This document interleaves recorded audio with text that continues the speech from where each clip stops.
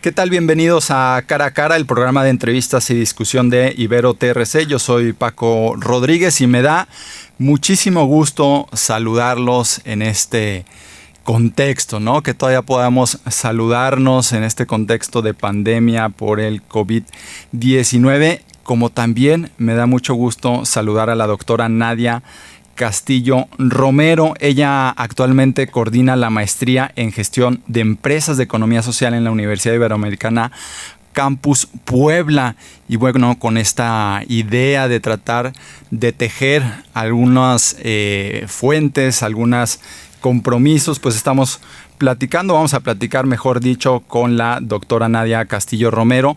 Vamos a hablar de un tema bastante importante como es el impacto económico y social que ha tenido, que tiene y que tendrá el COVID-19. Doctora Nadia Castillo, muchísimas gracias por atender la llamada. Hola, muy buenos días. Gracias, al contrario, gracias a ustedes por hacer la invitación. Me dio mucho gusto cuando me contactaron y bueno, colaborar con una de nuestras universidades hermanas siempre es un gusto, así que estoy agradecida por ello.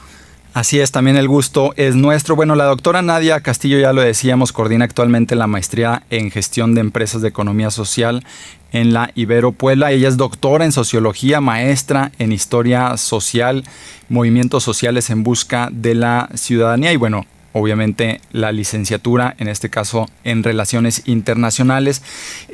Doctora Nadia, bueno, este tema del impacto económico-social del COVID-19, preguntarle así de primera cuenta, ¿cuál ve usted que es ¿cuál diagnóstico hace, mejor dicho, en estos momentos de este impacto que ha tenido esta pandemia en nuestro país? ¿Cómo podría analizar lo vivido hasta el momento? Bueno, yo creo que, como bien señalabas en la introducción, pues sí nos ha arrojado a una realidad, pues que todavía estamos viendo cómo vivirla, ¿no? Estamos viendo cómo vivirla, y parte de revisar y analizar cómo es que vamos a vivir esta nueva realidad, bueno, con datos económicos que no son nada alentadores y que sobre todo los estamos ya sintiendo y los estamos ya viviendo.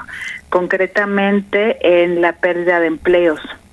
Creo yo que la pérdida de empleos, además de empleos formales, es uno de los temas más preocupantes, que ese se puede observar ya, que lamentablemente ya tenemos unas cifras muy, muy altas y apenas vamos pues prácticamente a la mitad de esta pandemia. Entonces creo yo que lo que podemos ver ahora es la pérdida de empleos formales, que ya está rebasando el millón de empleos formales en estos, digamos, 3 meses que hemos tenido ya de la pandemia, y también algunos meses de confinamiento en grandes o en la mayoría de los sectores económicos, aunque obviamente en nuestro sector, el sector educativo, bueno, seguimos guardados, ¿no? Pero creo yo que la pérdida de empleo es uno de los indicadores más fuertes, porque obviamente impacta directamente a las economías familiares, a las economías locales, y digamos que se suma ya a los distintos grados de desempleo que ya se tenía en la misma sociedad. Así es, las últimas cifras del Instituto Mexicano del Seguro Social hablan ya de que prácticamente más de 1,100,000 empleos formales han sido prácticamente borrados. Pero, sí, doctora Nadia, la realidad también es que México es una economía que depende en gran medida de una economía informal. Así es. Difícilmente se puede medir esto, pero ¿cómo cree usted que esté impactando este tema y que vaya a impactar en lo social? Claro, yo creo que esto que mencionas es muy muy importante, porque hacíamos el recuento, digamos, de los empleos formales, ¿no? Aquellos que, como bien dices, están registrados o tenemos derecho a la seguridad social, ¿no? De que, digamos, ese es otro tema, cómo se liga el empleo con la seguridad social.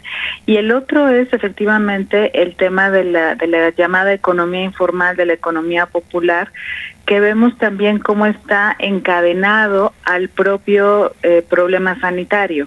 Es decir, al tener una economía que descansa en gran medida sobre la economía informal, pues lógicamente no pudo parar en un 100% este tipo de economía, por la simple y sencilla razón que si no salía a ofertar sus productos, pues difícilmente tenía ingresos para solventar sus necesidades económicas básicas, ¿no?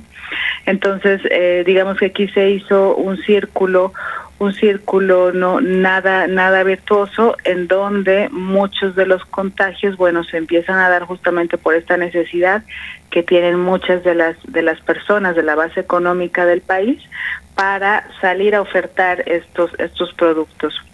Y vemos también, por ejemplo, en grandes ciudades del país, como en esta apertura paulatina que se tuvo o que se está teniendo una vez que concluyó la llamada jornada de sana distancia, a partir del 1 de junio, cómo es que se fue incorporando, cómo es que se han ido incorporando distintas áreas económicas.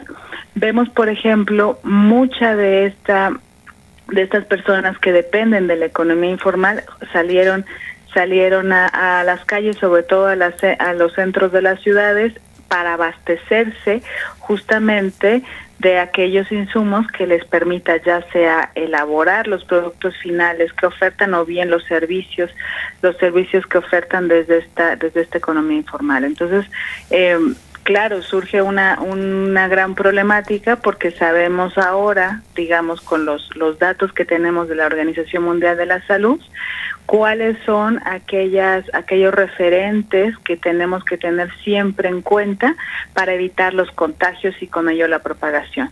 Pero lamentablemente se liga a una sociedad, a un país donde la gran parte de la base económica descansa sobre una economía informal que tiene que trabajar día a día para ofertar productos y servicios, como ya decía, si no van a tener ingresos. Entonces se vuelve un problema muchísimo más complejo, más allá de mirar solo el tema de la salud.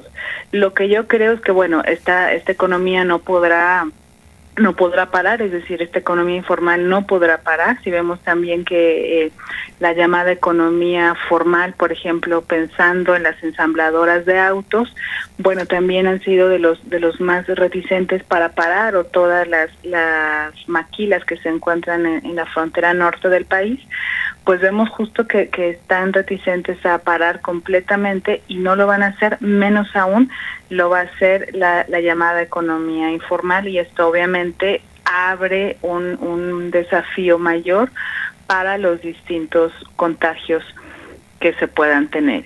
Y obviamente se vuelve un desafío mayor, pues porque no tenemos un sistema de salud que pueda soportar a todos estos contagios que eventualmente se puedan dar de manera exponencial. Si a esto también le sumamos que en gran parte la sociedad mexicana, por las distintos hábitos económicos y sociales, tiene enfermedades, digamos, sobre los cuales llega la pandemia y la hacen muchísimo más difícil de sortear, como son hipertensión, diabetes, obesidad, etcétera.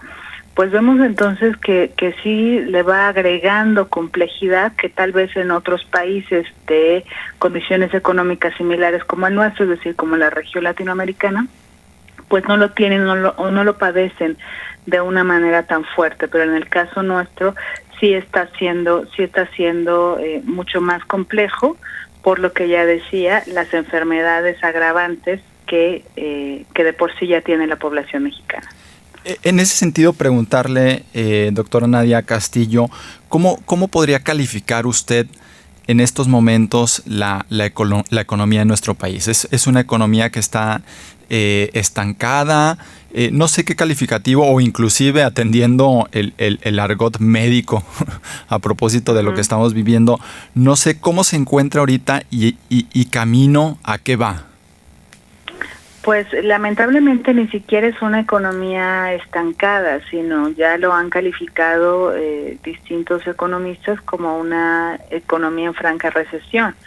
Es decir, hay que tener en cuenta una cosa, la economía global, digamos que ya venía en una desaceleración continua desde el año pasado, ¿no? Desde el año pasado y con muchísima más fuerza en el caso de México, y bueno, un agravante muy importante también, además de los que ya decíamos, es que estrictamente en el caso económico, México depende mucho en su comercio internacional con una sola economía, que es con los Estados Unidos. Entonces, digamos que ya venían en estas características negativas previo a que llegara la pandemia del COVID. Entonces, con todas estas problemáticas económicas y también, por ejemplo, las de salud que ya mencionaba yo hace un rato, y también el precario sistema de salud que tenemos en México, digamos que teníamos ya un conjunto de factores que no hacían ideal, digamos, un escenario para que llegara una pandemia, es decir, no estábamos preparados ni institucionalmente ni tampoco la sociedad lo estaba. Entonces, obviamente, esta crisis económica que está ocasionando la pandemia del COVID-19, pues está profundizando y acelerando la recesión económica que ya se tenía. Si nosotros observamos, por ejemplo, en temas de crecimiento económico, pues ya ni siquiera es que esté estancado, sino que realmente hay números negativos para este crecimiento económico. Entonces, digamos que en términos amplios vemos que la economía no está teniendo un funcionamiento eficaz para atender todas las condiciones del mercado interno, sino además, como lo estamos viendo, al cerrar parte de las empresas o al desacelerar, digamos, la producción de estas empresas, pues lo que hubo también fue una gran pérdida de empleo, que esto desde luego paraliza de una manera importante al conjunto de la economía y obviamente tiene afectaciones muy fuertes sobre la sociedad al no tener ingresos con los cuales sortear sus propias necesidades económicas y sociales. Entonces, más allá de que esté estancada, creo que hay una recesión importante, como ya también los datos nos están señalando.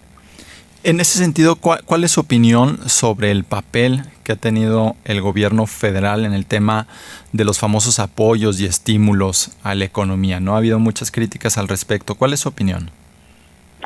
Mira, yo creo que ha habido como una serie de contrastes en las propias decisiones del gobierno federal. ¿A qué me refiero? Me parece muy loable que no haya permitido que se diera un apoyo económico a las grandes empresas. Eso me parece loable. También me parece loable que ahora, de una manera mucho más consistente y que además estamos observando que tiene resultados muy positivos, es que grandes empresas que no habían pagado impuestos durante años, bueno, ahora ya estén pagando impuestos, y esto obviamente es un ingreso muy importante para el gobierno. Eso me parece muy loable.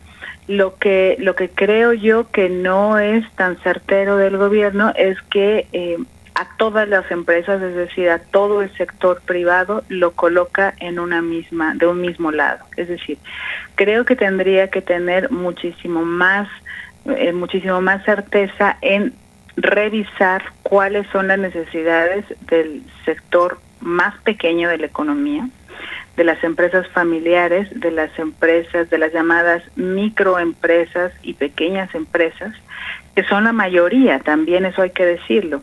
Vemos a estos grandes empresarios, a estas grandes empresas que incluso son transnacionales, pero esa no es el total de la economía. Ahí tenemos a muchas empresas familiares pequeñas que sí necesitan de un apoyo mucho más consistente del gobierno y que no se ha tenido, ¿sí? Me parece que colocar de una manera metafórica en una bolsa a todo el sector privado, creo que ha sido un error, porque como digo, no se ha medido las particularidades de cada uno del sector empresarial. Entonces, ¿qué necesitan las pequeñas empresas? Pues lógicamente necesitan estímulos, necesitan una serie de estímulos fiscales para entonces seguir generando sus propios productos y servicios, o bien en un esquema de paro como el que se tuvo, de paro de la actividad económica, tener esta serie de estímulos para entonces soportar su base productiva, es decir, que no tuvieran que despedir a sus distintos trabajadores. Creo que eso es algo muy importante que no se vio, que no se tejió finamente sobre esta realidad. Y entonces, bueno, tenemos a muchos pequeños empresarios a lo largo del país que o están cerrando sus empresas o ya las cerraron. Y esto obviamente ha traído como consecuencia esta serie de desempleo que está abonando a este poco más de 1 millón de desempleados de los que hacíamos mención al inicio. Retomando el tema del desempleo, ¿qué costos, más allá del desempleo mismo como un fenómeno social, qué costos sociales, qué consecuencias sociales, no sé si nota usted ya algún impacto en este tema del desempleo como cuestiones desencadenantes del mismo? Sí, bueno, primero igual hablando en temas de datos, pues se puede ver cómo se va a ensanchar lamentablemente la brecha de pobreza, ¿no? Todavía no sabemos en cuánto se va a ensanchar la brecha de pobreza, pues porque estamos, digamos, viviendo todavía esta crisis económica y todavía no se puede medir hasta cuánto se va a ensanchar la brecha de pobreza.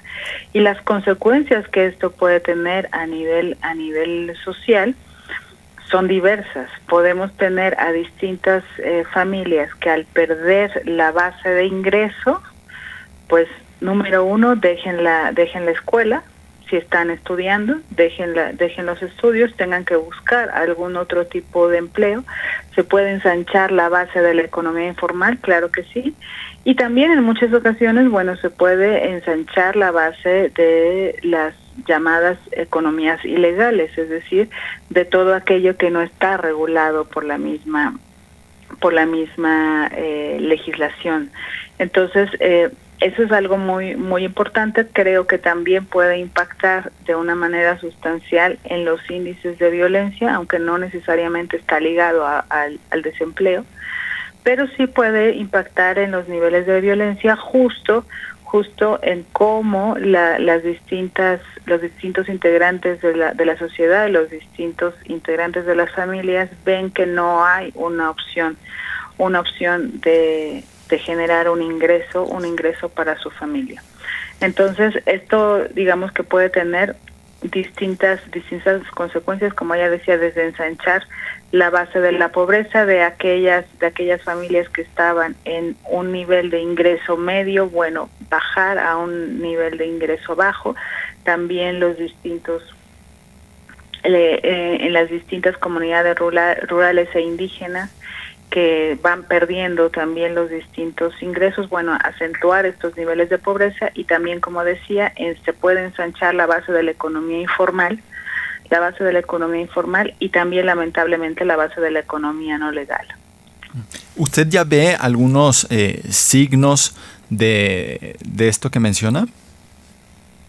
Sí, yo creo que lo que ha sucedido, pensando por ejemplo en Puebla y la zona metropolitana de la ciudad de Puebla, lo que sí se observa ya son a distintos grupos de familias que por ejemplo antes no se observaban, distintos grupos de familias que están pidiendo para comer. Sí, es decir, no te están pidiendo dinero ni nada, sino que lo que te piden es alimento, o cómo empiezan a darse estos intercambios también de algún tipo de servicio, algún tipo de servicio y de artesanía que se haga por alimento, por despensa. También en ese sentido vemos a muchas organizaciones de la sociedad civil que afortunadamente están captando una serie de productos de la canasta básica para entonces generar despensas y que se lleven a las colonias populares. Entonces, digamos, esto se empieza a sentir ya. esto se empieza a sentir ya de cómo una emergencia tal, que es justo la pérdida del ingreso que no te permite comer, ya ni siquiera alguna otra actividad o necesidad básica, sino la principal, que es el alimento.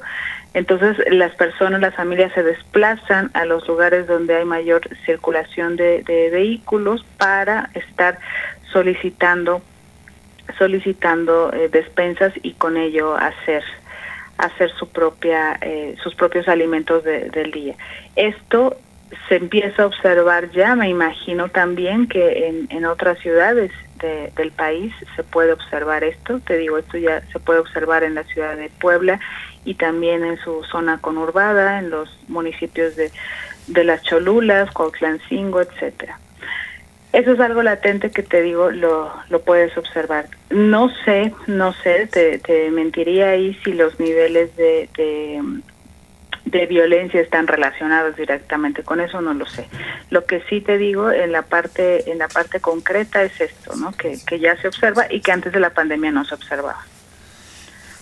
Aquí en Torreón, fíjese que, o en general en la comarca lagunera, ese tema que menciona que está sucediendo en Puebla, todavía no se refleja esas dimensiones. Vemos cómo se refleja o se está reflejando, por ejemplo, en algo que uno nunca hubiera pensado aquí en la región, como el cierre de colegios particulares completamente, cierre de colegios que llevaban por lo menos 20 años de historia y que a raíz de este tema de la pandemia y de la crisis, pues se vieron en la necesidad de anunciar sus cierres, ¿no? Por ejemplo, ciertamente tampoco tenemos el dato concreto si los aumentos en los índices de violencia, de robo, por ejemplo, de consumo de drogas ilegales. Coahuila nos estábamos dando cuenta que es el único estado en el país que presenta una curva ascendente en las intoxicaciones por alcohol, por ejemplo, ¿no? Entonces hablamos ahí de un fenómeno de alcoholismo, de posible alcoholismo, pero no sabemos si, como bien dice usted, esté necesariamente asociado a un tema de desempleo, de crisis laboral, ¿no? Por ejemplo. Claro. Doctora Nadia Castillo, por último, preguntarle, muchos hablan de que ya es un tema, un año perdido en lo económico. Primero, ¿lo ve usted así, sí o no? Y preguntarle cuál es el escenario que visualiza para concluir este 2020 y sobre todo el escenario que tendríamos que esperar para el 2021. Claro. Yo creo que no es un año perdido. Entiendo que sí, muchos lo están viendo así, y sobre todo en esto que mencionabas también hace un momento del cierre de las distintas empresas, de las pequeñas empresas, por ejemplo, que también eso se observa muy recurrentemente aquí en los centros históricos. En el centro histórico de Puebla, bueno, se ve como los pequeños comercios y otros no tan pequeños también van cerrando, ¿no? Pensando en un hotel que está ubicado en el centro de la ciudad, justo en la plaza central, que bueno, era un hotel de mucho de antaño y digamos de referencia para la gente que es de Puebla, y que en esta semana anunció que cerraba, ¿no? Entonces digamos que estos impactos se ven de distinta manera. Y retomando la pregunta que tú me decías, yo creo que no es un año perdido o que ya estamos a 15 de julio y lo damos por cerrado en el ámbito económico. Creo que no. Creo que una de las soluciones que tenemos a la mano es, número uno, dinamizar la propia economía local. Es decir, nosotros como consumidores tenemos ese poder, el poder de elección a quién compramos, a quién decidimos darle este voto, como lo dicen muchos de los académicos que han estudiado el consumo ético y el consumo responsable, que nos dicen, bueno, el consumo es político porque es una decisión que tú tomas como consumidor, a quién le das un voto, a quién le das tu confianza para obtener algún producto o algún servicio. Y en ese sentido creo que como consumidores, que todos somos consumidores, podríamos repensar muy bien eso, a quién le damos nuestra compra, a quién le damos nuestro dinero, con el objetivo, pensando en la necesidad de que tenemos que reactivar las economías locales, ¿sí? Si reactivamos las economías locales, nos beneficia o ganamos absolutamente todos los que estamos inmersos en esa economía. Entonces, revisar justamente cuáles son todas aquellas iniciativas locales que a lo mejor luego ya también no las vemos, ¿no? Porque están las grandes empresas o los grandes consorcios de distintas empresas grandes, y perdemos de vista a estos pequeños empresarios locales que necesitan hoy más que nunca de nuestro consumo para entonces sobrevivir y que con ellos se mantengan los empleos. Es decir, si vemos que es una cadena, que la economía es una serie de eslabones que necesita uno para mover al otro, y que esto obviamente nos va a beneficiar a todos, creo que nos beneficiaría mucho como población, es decir, revisar que la economía es un conjunto y la participación que tenemos cada uno en esto. Entonces, esa es una. Y la otra, por supuesto, es revisar cuáles son aquellas opciones que tenemos desde la economía social y solidaria. Es decir, si pensamos que en la economía social se busca que el beneficio económico sea colectivo, entonces también revisar dentro de las propias decisiones de consumo cuáles son aquellas empresas de economía social, aquellas empresas cooperativas que, como ya decía yo, son de propiedad colectiva, que están a nuestro alrededor y que a ellas podemos consumir con el objetivo, ya decía yo, de ir dinamizando la economía y hacer también parte de nuestras decisiones económicas en la propia reactivación. Y la otra también, bueno, una salida que vemos también desde la economía social es cómo se pueden ir generando estas empresas cooperativas de distintos bienes y servicios. Es decir, en ese sentido la economía social es para todo el sector de la economía, no está enfocado nada más a un sector como a veces se visibiliza, sino cómo podemos hacer distintas empresas colectivas de distintos servicios empresariales. Por ejemplo, si somos arquitectos, cómo podríamos generar un propio despacho de arquitectura en donde tengamos contadores, mercadólogos y también tengamos ingenieros industriales, ingenieros civiles, y entonces poder hacer una empresa entre todos de propiedad colectiva que nos beneficie a todos. Y que con esto también, además de dinamizar la economía, bueno, estemos dando una salida a el desempleo que se está generando y que seguramente de una manera muy lamentable se va a ensanchar o va a crecer más bien este número de desempleados, y con ello se va a ensanchar la base de pobreza que ya señalaba yo. Entonces, la recomendación que yo haría es esa: uno, mirar con mucha calma y con mucho tiento cuáles son todos aquellos empresas locales pequeñitas que están ahí y que necesitan de nuestro consumo para mantener también sus fuentes de empleo. Y la otra también es revisar cuáles son aquellas empresas cooperativas que tenemos cerca y que también necesitan un ingreso, necesitan de nuestro consumo para seguir manteniéndose y con ello dinamizar la economía. Y finalmente, una solución a este desempleo que vamos generando, que más bien que se va observando, que se va generando y que se va observando, bueno, es ir formando estas empresas de propiedad colectiva, estas empresas de economía social, en donde todos, además de ser trabajadores, también son socios, son dueños de su propia empresa, implementando lo que sabemos hacer. No necesitamos hacer otra cosa, lo que sabemos hacer, y ofertando los distintos servicios que la sociedad requiere y para lo que nosotros fuimos formados. Entonces creo que esas son como algunos de las pistas para que tengamos un panorama más o menos cierto y no tan nebuloso, ¿no? Como lo podemos ver hasta el momento. Así es que desafortunadamente, como pinta en estos momentos, se ve así, ¿no? Nebuloso, pero esperemos que estas pistas, como ya las calificaba usted, estas recomendaciones, puedan ayudar y lo tome en cuenta la gente.